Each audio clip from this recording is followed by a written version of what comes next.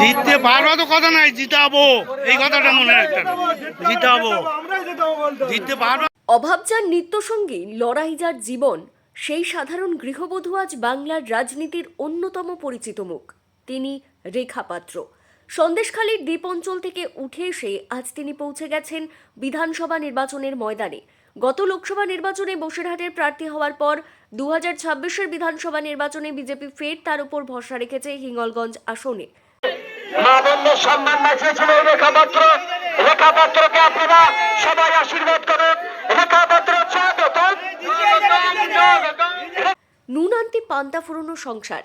হলফনামা বলছে মনোনয়ন পেশের সময় রেখা পাত্রের হাতে নগদ ছিল মাত্র 30,000 টাকা।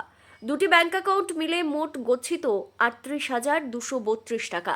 নেই কোনো সোনা, নেই কোনো বিলাসিতা বা গাড়ি। মোট অস্থাবর সম্পত্তি মাত্র 68,232 টাকা। এক কথায় অতি সাধারণ এক সাদামাটা জীবন। রেখার স্বামী সন্দীপ পাত্র একজন পরিযায়ী শ্রমিক। পেটের টানে ভিন রাজ্যে হাড়ভাঙা খাটুনি খাটেন তিনি। স্বামীর উপার্জিত সামান্য টাকাতেই 3 মেয়ে সুষমা, করবী আর ছোট্ট কনককে নিয়ে সংসার সামলান রেখা। পড়াশোনার সুযোগ পাননি অভাবের তাড়নায়, কিন্তু জীবনের কঠিন পাঠ তাকে আজ অদম্য করে তুলেছে। 2024-এ হারলেও দমে যাননি রেখা। সন্দেশখালীর মায়েদের কণ্ঠস্বর হয়ে উঠেছিলেন তিনি। আজ তিনি হিঙ্গলগঞ্জের বিজেপি প্রার্থী। হাতে ক্ষমতা নেই, সম্পদ নেই, আছে কেবল মানুষের জন্য কাজ করার জেদ আর হার না মানা মানসিকতা।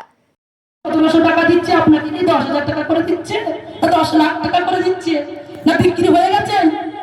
আর যুব সমাজের কথা বাবা, যে যুব সমাজকে আজকে তার শিক্ষা ভেঙে দিয়েছেন।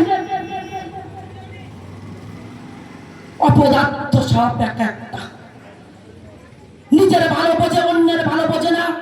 যখন অন্যের ঘরের মেয়েটা ধৈর্য নয়, নিজের ঘরের লুকিয়ে লুকিয়ে আনন্দ নয়। 3 মেয়ের ভবিষ্যৎ আর এলাকার মানুষের অধিকার রক্ষাই এখন তার প্রধান লক্ষ্য। এদেরকে একটু লজ্জা সম্বরে কিঞ্চিত পরিমাণে কিছুই নেই। যদি নিজের ঘরে হবে না, তখন ওই পাশের থেকে না ওই পরিবারটা আসবে না বাঁচাতে। আমি বলতে চাই মহাবীর, আপনার স্ত্রীকে আমি দিদি বলেই সম্মান দিই। দিদি ভাই, আপনারও কিন্তু নামে কিন্তু কম রেকর্ড আমার কাছে আসছে না। একটু সামনে থাকুন, মান সম্মানের ব্যাপার তো। আমরা হিন্দু সনাতনী, তাই আমাকেও আমার মুখ থেকে বার করতে না মান সম্মানে লাগছে। আপনার বিষয় বলতে আমারও সম্মানে লাগছে।